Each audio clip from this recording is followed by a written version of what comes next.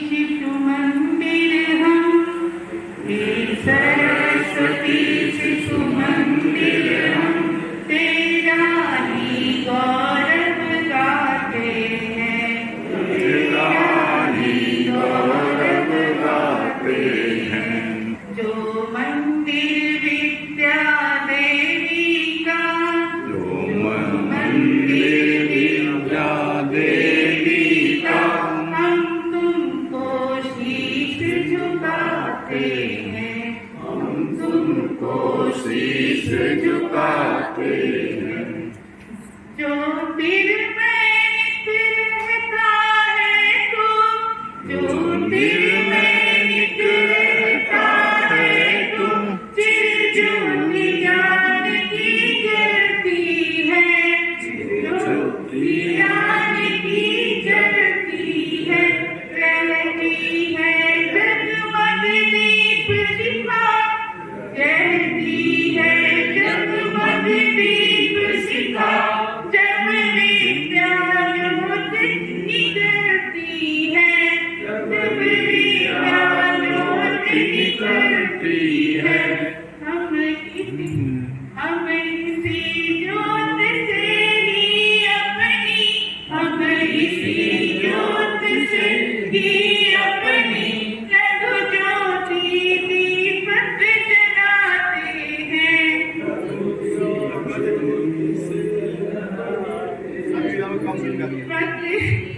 जलाते हैं। के बच्चों की जो चर्चा होने की, पहला जो बालक होता है अपनी कक्ष में, कोई भी कक्षा हो, नहीं आप मूल्यांकन किए तो कल से करिएगा, तो उसके लिए भी सूचना है। तो पहला प्रधानमंत्री जी बता रहे थे, मुझे भी अच्छा लगा, आपको भी शायद अच्छा लगेगा, कि पहला जो बालक है वो सामान्य जन है, यानी उसका नाम उन्होंने दिया जन प्रबंधन। कक्षा का जो बालक है, शिक्षक का काम है, जो पहला जो बच्चा होता है, पहला समूह बच्चा का जो होता है, वो जन समूह होता है, जन प्रबंधन करना चाहिए, यानी सामान्य बच्चे के लिए प्रबंध करना चाहिए। दूसरा जो बालक उसको होता है वो प्रतिभावान होता है, उसके लिए उन्होंने नाम दिया था प्रतिभा प्रबंधन या प्रबंधन। और तीसरा बालक जो होता है कक्ष में, वो कौशल प्रबंधन होता है, कौशल वाला बालक होता है। मन में आप लगता होगा भाई, एक सामान्य होता है, तो क्या था कि सामान्य बच्चे जो होते हैं वो सामान्य तरीके से पढ़ते हैं, जानते हैं, आपकी बात को लेते भी हैं, तो उनके लिए कक्षा में आप क्या करते हैं? उसके लिए जो प्रबंध करना है, उसके लिए जो योजना बनानी है, पट्टिका बनानी है, उपकरण तैयार करना है, अपने टॉपिक से, अपने विषय से, उस बालक के लिए भी अलग सोचिए, तैयारी करिए अपनी, जिसका नाम उन्होंने दिया जन प्रबंधन। दूसरा प्रतिभावान जो बच्चा है कक्ष में, जो आप पढ़ाइएगा वो पहले से जानता है, आप जो पढ़ाइएगा वो बालक पहले से जानता है, उससे प्रतिभावान है। तो उस बालक के लिए आप क्या करके जाएंगे? तो उसके लिए उन्होंने नाम दिया कि प्रतिभा प्रबंधन करके जाना, यानी उस बालक के लिए आप क्या लेकर जाएंगे? अगर सामान्य प्रबंधन करके जाते हैं, जन प्रबंधन करके जाते हैं, तो प्रतिभा वाला बच्चा छूट जाएगा, कौशल वाला बालक छूट जाएगा, और कौशल वाला को लेकर चलते हैं तो जन वाला छूट जाएगा। अलग अलग सोचना, जन प्रबंधन यानी सामान्य बच्चे के लिए, प्रतिभावान बच्चे के लिए प्रतिभा प्रबंधन करना, और तीसरा जो उन्होंने चर्चा किया कौशल प्रबंधन, यानी जो प्रतिभा से भी ऊपर है। मैंने थोड़ा सा लगा हुआ भाई प्रतिभा का कौशल में क्या मतलब, तो बताइए क्या कि प्रतिभा और कौशल में क्या अंतर है? हाँ बोलिए, अंतर है। प्रतिभावान जो प्रबंधन बालक होते हैं वो कोई भी कॉन्सेप्ट को बहुत जल्दी सीख लेते हैं, वो टेक्स्ट बुक से भी सीख लेते हैं। कौशल प्रबंधन होते हैं वो जितने भी इक्विपमेंट्स हैं जो लैब में हम लोग ले जाते हैं बच्चों को, तो वहाँ पे कुछ लोग एक्टिव होते हैं काफ़ी। हम आचार्य खुद से बढ़ के आगे आते हैं, आचार्य जी हम ये काम करेंगे, आप हमको छोड़ दीजिए इसको करने। तो जो कौशल प्रबंधन होते हैं वो इक्विपमेंट के हेल्प से कुछ चीज़ें को जल्दी सीखते हैं।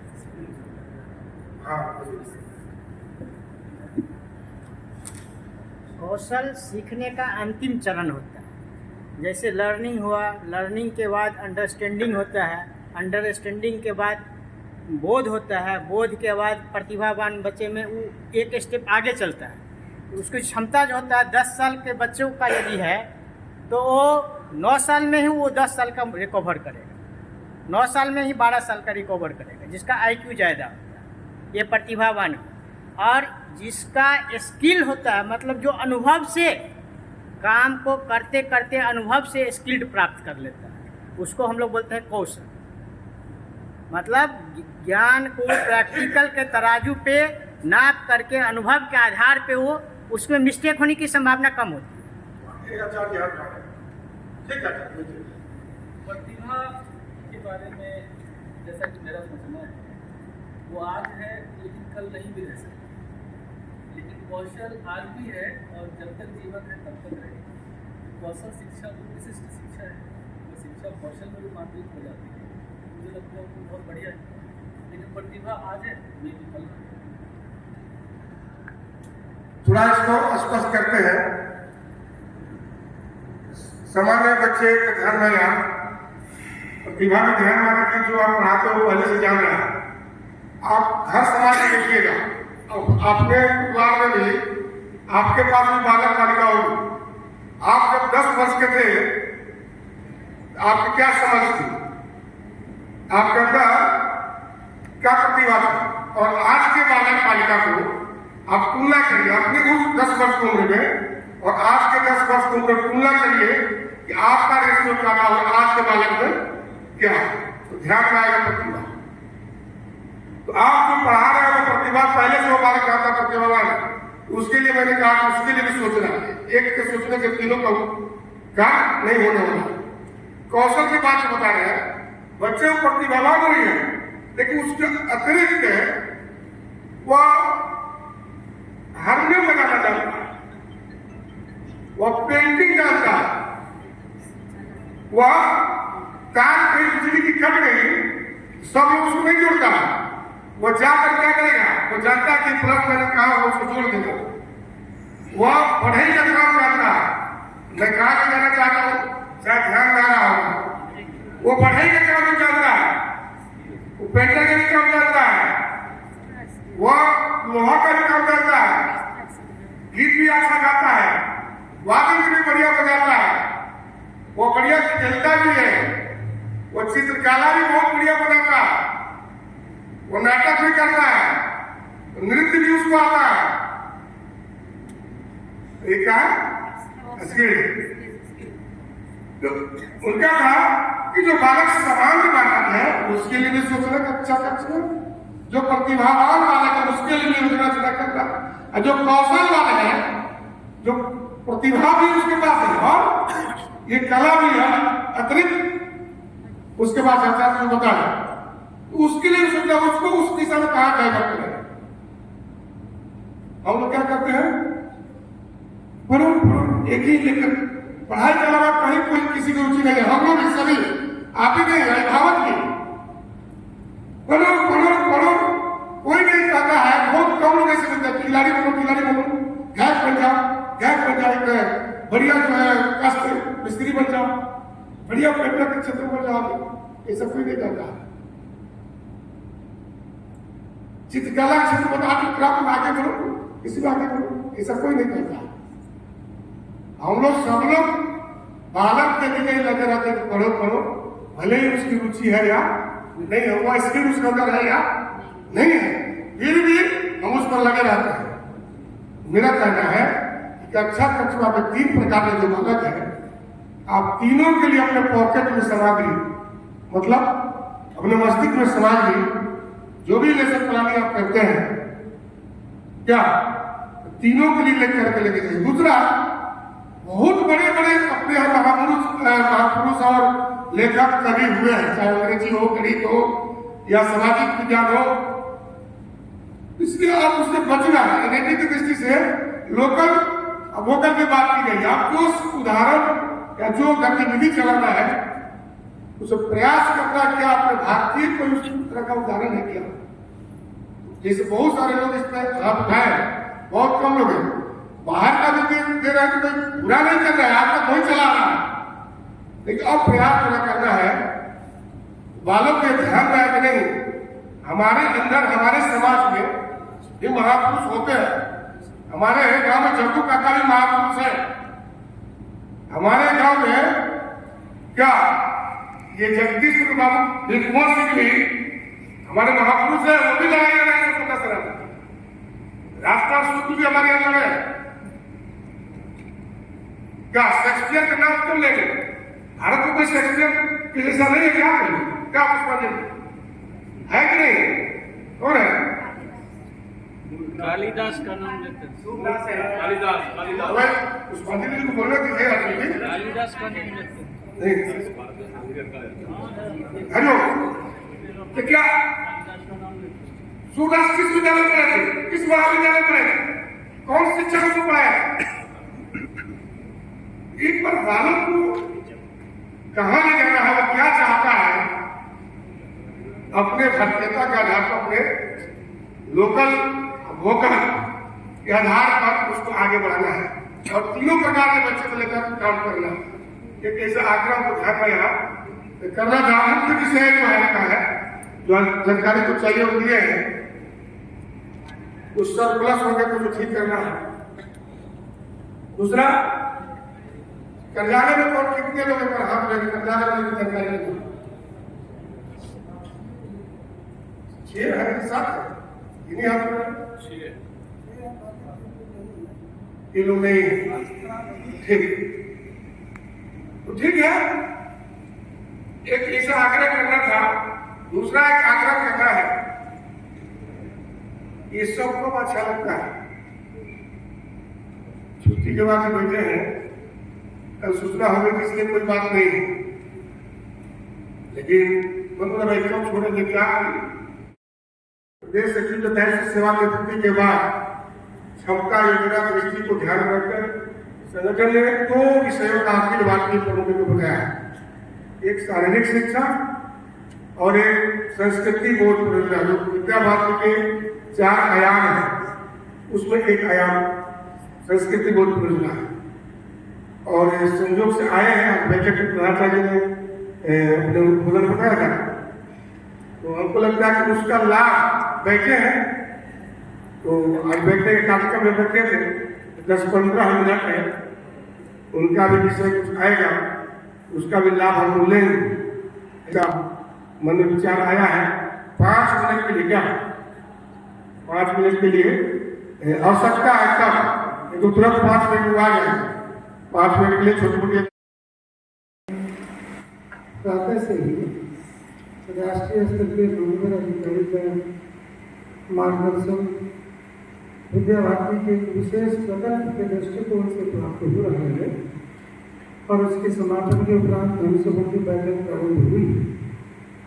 तो संयोग से आपका आगमन अभी इस बैठक में हुआ है। आप माननीय दुर्ग सिंह राजपुरोहित जी,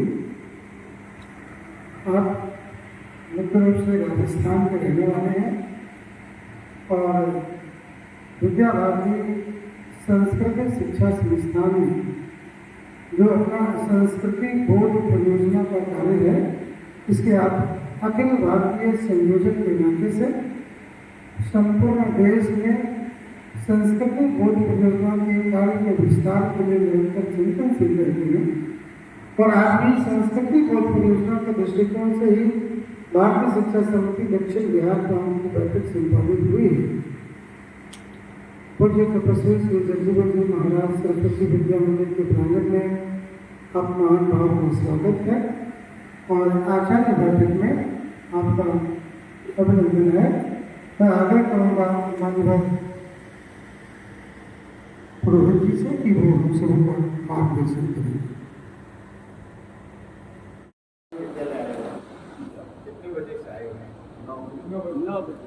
कितना बोले,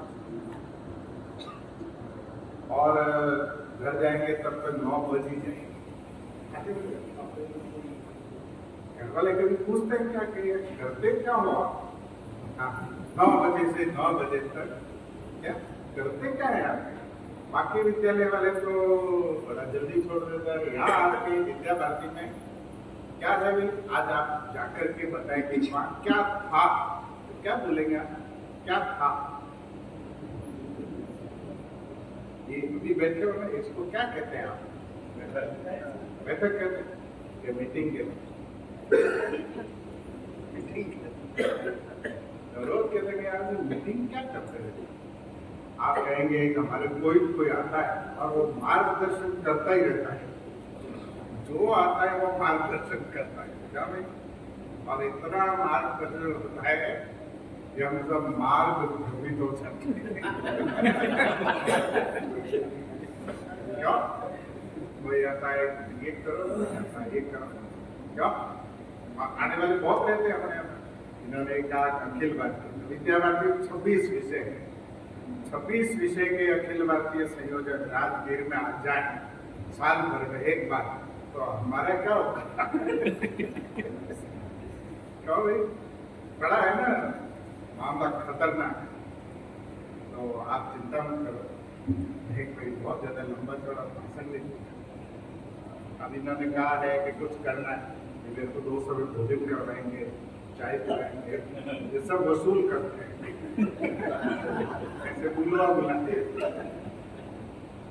बिना बोले ना चाय पिलाते हैं ना नाश्ता करते हैं।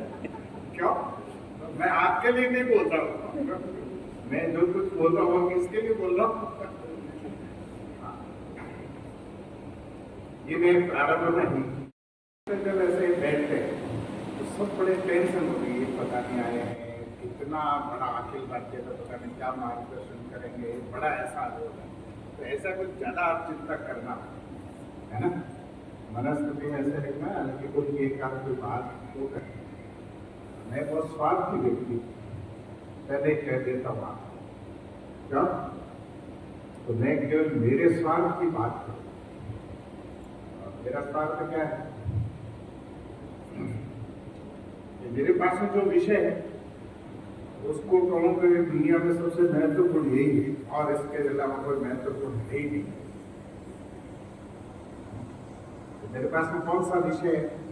क्यों नहीं? संस्कृति बोर्ड परियोजना के अंतर्गत चलने वाले कार्य एवं उसके दिशा निर्देश। परिभाषा बड़ी लंबी।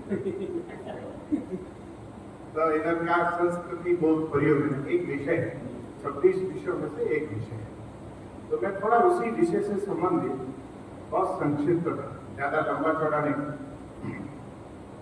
सामान्यतः हम विद्या भारती के विद्या मंदिर एक 2-3 वर्ष तक लगातार कार्य करते हैं, तो हम सबको एक बात की अनुभूति होती है कि यहाँ सामान्य विद्यालयों से कुछ अलग ये होता है। ये तो ना वे आप, मैंने कहा 9 बजे तक क्या करते हैं, ये कुछ अलग करने का प्रयत्न करते हैं। और ये जो है ना 1952 से जो प्रवाह चल रहा है, निरंतर चल रहा है, और वो चल आप जैसे लोगों के भरोसे का। ऐसे आप में से आचार्य है, मुख्य जो आधार है वो आचार्य, और इसलिए हमारा आचार्य हमारे संगठन में काम करते करते इसकी कुछ प्रमुख बातों को उसको समझ में आना, और ये समझना वास्तव में वो हमारे ऊपर निर्भर करता है। जो कुछ भी हम अपने आसपास में देखते हैं उसमें से कुछ छोटी छोटी बातें समझते जाना, ग्रहण करना। ये ग्रहण करेंगे, समझेंगे तो आनंद आएगा, नहीं समझेंगे, नहीं ग्रहण करेंगे तो हमेशा परेशान रहने वाले, क्योंकि ये बैठकों का क्रम मीटिंग है तो कभी कम होती नहीं, वो चलते। तो ये जो विषय है ना अपने यहाँ संस्कृति बहुत, तो ये मैं सोचता हूँ कि आप में से जब कभी बैठे हो तो विद्या भारती में संस्कार, संस्कृति, ये शब्द बहुत आते हैं। क्यों आते हैं कि नहीं आते? आते हैं कि कम आते हैं? पता नहीं, आज भी बहुत दूर है तो आता है कि नहीं आता है? आते हैं संस्कृति, संस्कार, कहते हैं कि आप बाकी सब विद्यालय से अलग क्या करते हैं? आप कहते हैं हमारे यहाँ संस्कार दिए जाते हैं, ऐसा एक सामान्य प्रचलित है। तो मैं अभी क्या एक समय कम है इसलिए बहुत ज्यादा चर्चा नहीं करूंगा। मान लो पूछा जाए कि संस्कृति यानी क्या है, तो आप में से बहुत लोग अच्छे बता सकते हैं, बड़े अच्छे शब्दों में संस्कृत में हो सकते हैं, लेकिन सरल भाषा में यदि किसी को संस्कृति समझाना है तो मैं दो छोटे छोटे उदाहरण देता हूं। संस्कृति यानी क्या? तो हम कहते हैं कि हर एक व्यक्ति ही नहीं, इस सृष्टि पर जितने जीव जंतु सबको भूख लगती है तो सब भोजन करते हैं। भूख लगने पर भोजन करना ये प्रकृति, तो सहज सबकी प्रकृति। किसी का भोजन उसके सामने है, वो भी भूखा है, उससे छीन करके खा लेना, खुद खा लेना, ये विकृति। और कोई सामने भूखा आ गया तो अपना भोजन उसको कराना, ये संस्कृति। स्वयं भूखा परंतु खुद के भोजन को खुद को सहन करना, परंतु दूसरे को वह भोजन करवा देना, हम कहते हैं ये वास्तव में संस्कृति। कई बार हम ऐसे शब्दों का प्रयोग करते करते एक दो शब्द और चलते हैं, एक है संस्कृति और एक है सभ्यता। बहुत बार सभ्यता को ही संस्कृति मानते हैं। वास्तव में जो सभ्यता है ये धीरे धीरे आवश्यकता के अनुसार संस्कृति के अनुरूप विकसित होती जाती है, वो विकसित की जाती है। परंतु ये जो संस्कृति है यह वास्तव में हमारे पूर्वजों ने एक बहुत वर्षों तक जीवन जी करके बताया कैसे जिया जा सकता है। इसको यदि सरलता से कोई समझना है तो हम एक बात से समझ सकते हैं, जो अपने आसपास में जो कुछ है इससे, कि हमारा कोई गांव है, कोई शहर है, वहां तक जाने के लिए मार्ग बनता है, रास्ता बनता है। तो रास्ता यदि रोड बनती है, तो रोड बनती है तो पहले उसका सर्वे होता है, फिर इंजीनियर आकर के उसका नाम निकालता है, एस्टिमेट निकालता है, एस्टिमेट निकालने के बाद में उसका मेटीरियल आता है, मेटीरियल आने के बाद में और बहुत सारे मशीनें, ठेकेदार आकर के और उसको रोड को बना। तो ये जो रोड बनना ये सभ्यता है। परंतु आपने देखा होगा कि कुछ स्थानों पर रोड से हटकर अपने गांव, अपने घर की तरफ जाने पर एक कच्चे मार्ग पर लोगों ने चलते चलते चलते चलते एक रास्ता बना। यहाँ शब्द प्रयोग क्या होता है मुझे पता नहीं, हिंदी में पगडंडी के, पगडंडी, चलते चलते वो पगडंडी। अब पगडंडी कैसे बनती है? पगडंडी है कि उसको लोग चलते जाते हैं, उनके पद चिन्हों के कारण धीरे धीरे ये मार्ग बन जाता है।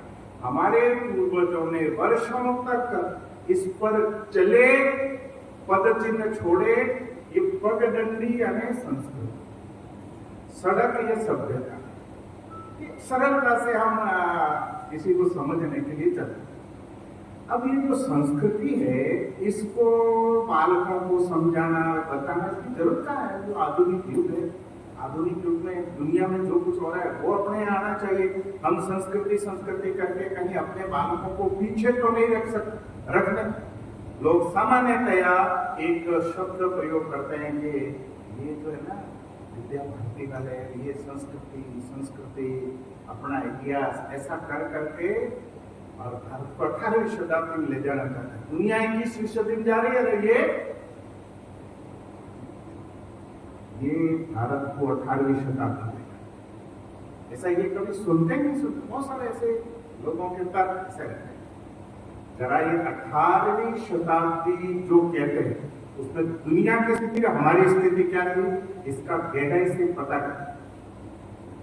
इसलिए मैं कह रहा हूँ ये 18वीं शताब्दी कहने वाले लोगों के मन में कुछ और होता है। तो हम इसको कहते हैं कि वो जो कहते हैं उनका भाव है कि ये देश को पीछे ले जाना, और हम कहाँ जा रहे हैं? हम आगे जा रहे हैं, प्रगति कर रहे हैं, मॉडर्नाइजेशन कर रहे हैं। ये आधुनिकीकरण और पश्चिमीकरण, इसमें मूलभूत अंतर। आधुनिक होना बुरा नहीं है, लेकिन पश्चिम की नकल करना, इसमें कोई समझदारी भी नहीं। किसी की नकल करना बिना समझे, ये पश्चिमीकरण आधुनिकीकरण नहीं है, ये ध्यान रखें। और इसलिए जब हम कहते हैं प्रगति, तो प्रगति जब भी करनी है तो एक बात का हमेशा ध्यान रखें, वो प्रगति यानी क्या है, इसको यदि समझना है तो हम कहते हैं प्रगति में मूल शब्द गति, उसके आगे प्रत्यय लगे, गति को आगे की तरफ आगे बढ़ना, ये गति है। उपसर्ग हिंदी वाले जानते काम है। तो ये आगे बढ़ना यानी क्या होता है, जरा हम आगे बढ़ने को, मान लो हम ही है आगे बढ़ते हैं, मतलब क्या करते हैं, तो हम जब चलते हैं आगे बढ़ते हैं तो हमारा एक पांव जमीन पर रहता है, दूसरा पांव हवा में उठता है। हवा में जब उठता है वो पांव जब टिकता है तब दूसरा पांव फिर उठ करके आगे बढ़ता है। यदि आप कल्पना करो दोनों पांव हवा में रखकर चलेंगे तो क्या होगा, पतन, गिरेंगे, नीचे आएंगे। ये जो पांव जमीन पर टिका हुआ है, इसका अर्थ है हम अपनी जड़ों से जुड़े रहें। जड़ों से आप कट गए तो आपका व्यक्ति का, समाज का, देश का, राष्ट्र का पतन निश्चित है। यदि आप अपनी जड़ों को छोड़ दें, जड़ों को जो छोड़ देता है उसका पतन निश्चित है। इसलिए ये पांव टिका हुआ है, ये अपनी जड़ों से जुड़े हुए रहना। जड़ों से नहीं जुड़े, ये जड़ें क्या है, भारत की जड़ें किसमें है, इसको समझना। और ये जब तक नहीं समझते हैं तो फिर वह, मैंने कहा ना, देश, राष्ट्र, समाज, व्यक्ति सबके लिए लागू। हमारे देश में शिक्षा की जो व्यवस्था है उसमें यह एक बहुत बड़ी मात्रा में हुआ है। अपनी जो जड़ें थी हमको जड़ों से काटा गया, योजनाबद्ध, सुविचारित, धूर्तता पूर्वक। और एक काटा कैसे गया तो हम देखो सरलता से समझते हैं। अंग्रेजों ने इस जो देश का जो मूल जड़ें थी उसको जड़ों से व्यक्ति को काटना था। आप थोड़ा सा विचार करो, 800 वर्षों तक मुगलों का यहाँ आक्रमण रहा, परंतु उन 800 वर्षों में कभी भी हमारे उनके जो कुछ भी है संस्कार वो हमारे घरों में, परिवारों में, रहन सहन, खान पान नहीं आया। बहुत छोटी बात यदि समझना हो तो 800 वर्षों के उनके प्रभाव के कारण हमारे जितने प्रकार के संबोधन है, कहीं अब्बा, अम्मी, खाला, ये शब्द आए नहीं, परंतु 200 वर्षों में क्या हुआ कि घर घर मम्मी, डैडी, ब्रदर, सिस्टर ये पहुंच गए। ये पहुंचे यानी क्या, यह मूल समझ है। और यही मूल समझेंगे तो हमको वास्तव में बाकी सारी बातें समझना है। 800 वर्षों तक मुगलों ने ये जो हमारा राष्ट्र रूपी वृक्ष था, इस वृक्ष की उन्होंने टहनियां काटी, पत्ते काटे, तनों पर तना जो है तने पर आघात किया, यानी उन्होंने लोगों को मारा, सिर काटे, धर्म परिवर्तन का प्रयत्न किया। यहाँ के जितने पुस्तकालय थे पुस्तकालय जलाए, विश्वविद्यालय जलाए। आप सब तो उसके बहुत बड़े साक्षी है, नालंदा। क्या किया तो उन्होंने ये जो राष्ट्र रूपी वृक्ष है इसके ऊपर आघात, जड़ों को नहीं, मतलब नष्ट करने के उनके बुद्धि मारे या भगवान की योजना की नहीं, अभी नहीं करना। तो ये हुआ नहीं। इसलिए 800 वर्षों के बाद में इस लोगों के मन में जो ज्ञान के प्रति, संस्कृति के प्रति जो प्रीति थी वह प्रीति पुनः जागृत हुई और एक अनुकूल वातावरण आते फिर से वो जीवित हुई। परंतु इन 200 वर्षों में अंग्रेजों ने बहुत सुविचारित इस देश के राष्ट्र रूपी जो वृक्ष है उसकी जड़ों को काटना प्रारंभ किया। और उन जड़ों को काटने के लिए ही उन्होंने ये जो व्यक्ति है, व्यक्ति को ऊपर से नहीं, ऊपर के आघात नहीं किया, अंदर से आघात किया। और इसलिए बार बार वो जो हम जिस अंग्रेज का नाम है, शायद उसके पीढ़ियों के लोग भी नहीं लेते थे, उसके विद्या भारती में नाम लेते हैं, किसका नाम लेते हैं?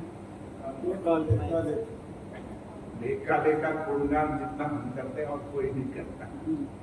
तो उसने जो एक पत्र लिखा कि मैं ये जो शिक्षा पद्धति इस भारत में लागू कर रहा हूं उससे क्या होगा, तो उसने कहा they are Indian in blood and colour but they are English in moral in taste in intellect. यानी वो व्यक्ति ऊपर से सोच, उसका जो मानस है, उसका जो सोच करने विचार करने का प्रकार है, उसका स्वाद है, यानी वह व्यक्ति अंदर से बदले। उसको अंदर से बदलने के लिए उन्होंने हमारी जड़ों को खोदना प्रारंभ किया। इसलिए आप ध्यान करेंगे अंग्रेजों ने विश्वविद्यालय जलाए नहीं, नए नए विश्वविद्यालय प्रारंभ किए, नई नई पुस्तकें लिखी और उन पुस्तकों में अपने हिसाब से सारे जो है ना, सारे परिभाषाएं, संकल्पनाएं, व्याख्याएं ये प्रारंभ की और उसमें से आज देश की लगभग, देश आजाद होने के बाद ही विचार करें तो 11-12 पीठ ये निकाले की शिक्षा प्रारंभ होने के बाद में आज तक 12 पीढ़ियां निकल चुकी और 12 पीढ़ियां निकलने के बाद में हमको ही लगता है कि अब शिक्षा यानी क्या, वही तो है और इसके अलावा शिक्षा क्या है, ये मूल में जो अंतर किया है। और इसलिए यदि इन सब को बदलना है तो ये मेकाले को अनडू करना, और अनडू करने वाले यदि कोई इस भारत में है तो वो आप और हम, यानी शिक्षक, जो शिक्षा क्षेत्र में काम करता है वो है। और इसलिए हमारा काम जो है वास्तव में, हम लोग सामान्य हैं लेकिन हमारा काम सामान्य नहीं। हम सामान्य लोग असामान्य काम कर रहे हैं, ये असामान्य काम करने वाले हम हैं। और इसलिए हम में से हर एक के मन में अपने काम के प्रति एक गौरव का भाव है। ये गौरव का भाव जिस दिन शिक्षक के मन में आना प्रारंभ हो जाएगा, हम दुनिया और देश की सारी परिस्थितियों को बदल देंगे। अपने देश के पूर्व राष्ट्रपति डॉक्टर एपीजे अब्दुल कलाम कहते हैं कि भारत की जो सबसे बड़ी समस्या है वह यही है कि हम हीनता से ग्रस्त हैं। यदि भारत इस हीनता की ग्रंथि में से एक बार बाहर आ जाए तो भारत सब कुछ कर सकता है। चंद्रयान भी नहीं, पता नहीं और क्या कर सकता, ये भारत की प्रतिभा है। ये जो अनुकूल अवसर मिला तो चंद्रयान जब फ्री हुआ तो आप ये देखो क्या हुआ दुनिया में, हम और आप में के मन में क्या हुआ, संपूर्ण भारत में वास्तव में जो आज के विद्यार्थी है उनके मन में भी एक विशेष प्रकार का एक इच्छा जागृत हुई। कल मोदी जी ने जो इसरो में कहा कि इतनी जबरदस्त प्रेरणा मिली है कि बालक हरे, आज एक्टर, फिल्मी एक्टर ही नहीं, मैं वैज्ञानिक भी बन सकता हूँ, ऐसी इच्छा जागृत हुई। मैं इसरो में जाकर के वैज्ञानिक बनता हूँ, मैं ये काम कर सकता हूँ, ऐसी इच्छा जागृत करनी, ये है वास्तव में इस हीनता ग्रंथि में से कहीं कहीं बाहर आ।